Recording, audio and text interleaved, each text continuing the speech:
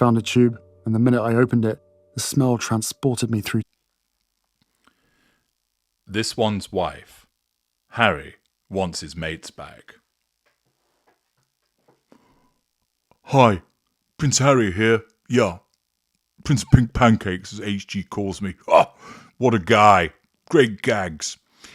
Things aren't going so well, you know, so thought I'd drop in and speak to you cool cats about it all.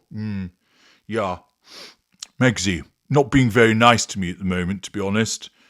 Making it always about her. You know, I'm the prince. She only got where she did as a consequence of blowing me on a regular basis, and that made me marry her.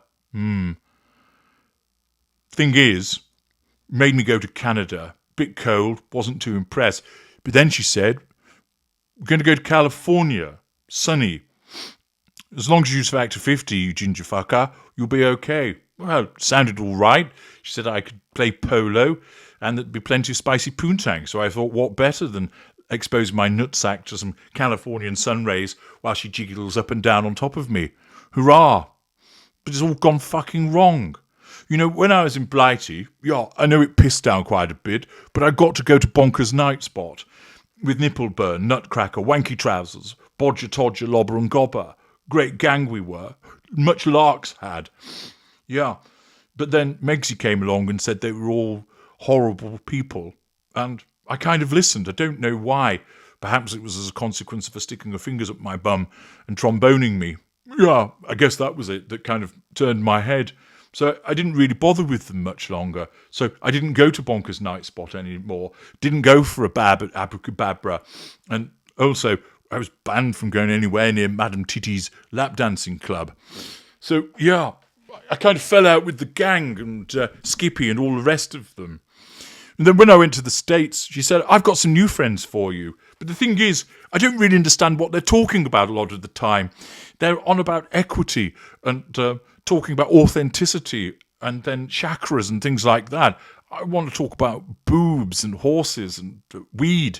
You know, that's one good thing, though. I can get spliffed out of my tiny mind.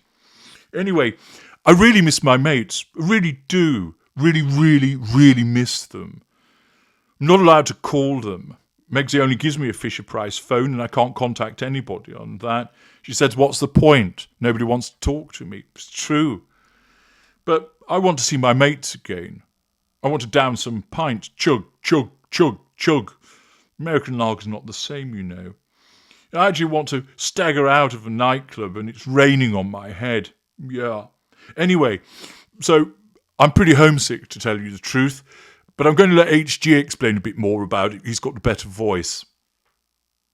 Accordingly, Prince Harry admits that he's homesick, as according to Radar Online, with a report by Perry Carpenter, frozen out Prince Harry is said to be ready to ditch California and is demanding this one's wife, and return to England and the royal family. Sources explain that Harry has been quietly begging friends he ghosted when he stepped down from his royal duties to help him find his way back home.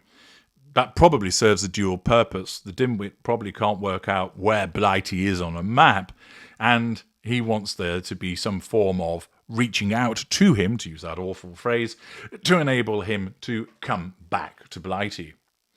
One insider said there's clearly trouble in their Californian paradise. If things were going the way this one's wife assured him they would, why would Harry be so desperately trying to finagle a return to the country and family he's relentlessly bashed? Well, it makes a valid point, doesn't it? Of course, Harry, being the dimwit that he is, doesn't realise that he's burnt so many bridges as a consequence of the awful shared fantasy that he's engaged in with this one's wife, making it more difficult for him to be accepted by those that he has talked shit about. Nevertheless, he still wants to look at coming back. Many outlets have reported on this, have reported on the fact that he's not happy, and it continues by stating, the source claimed Harry's unhappiness and drop in popularity in both Britain and the United States could lead to a nasty split and custody war for him and this one's wife. They continued, obviously, he's not happy. His wife's promises, promised gain, future faking, are rapidly running thin, and their popularity is at an all-time low in Britain and in the United States, where A-listers who were apparently tripping over themselves to befriend the red-headed royal after his return to England could be setting the stage for a bitter divorce and custody war. Meanwhile, this one's wife has made it clear England is not where she and their kids, Archie and Elizabeth, need to be, especially when it comes to her career aspirations. The source said she is determined to become an international superstar. Delusion, magical thinking, and I can't imagine her ever willingly returning to Harry's hated homeland. Harry's hopes of mending the rift with his family were dashed after his disastrous last-minute solo visit to England for the August 29th memorial for his late uncle, Lord Rabbit Follows. Prince William and Harry sat far apart at the funeral and did not speak. The coldness between the brothers remained even though the 27th anniversary of the death of their mother, Diana, on August 31st was just 2 days away at the time. The source continued, Harry's trip was his first step in mending bridges, especially with his cancer-stricken father, King Charles. Diana's family, including her sister, Lady Jane, Lord Fellowes' widow, had worked hard to keep communications open since palace doors were slammed in Harry's face after his toxic attacks on the royal family. But some confidants with inside palace knowledge believe the prince has realised most of everything is this one's wife's fault. Is this accurate? Is Harry finally waking up and realising that this one's wife is the problem, as the hashtag often reminds us? It's undoubtedly the case that he's homesick. After all, he's been forced to embrace a life that is somewhat alien to him, and at first it's interesting and exciting, but it simply isn't him. He doesn't have any genuine friends in the United States. The friends are those that this one's wife has bolted on. They're not her friends either, because the narcissist doesn't actually have any, and certainly not her. And Harry has been forced to fraternise with these individuals, which are not of his world. And, whilst he may have done his best to involve himself with them, the fact is that his more meaningful friends, the ones that he cultivated over years and he has much more in common with, have become alienated from him as a consequence of the whisperings of his wife.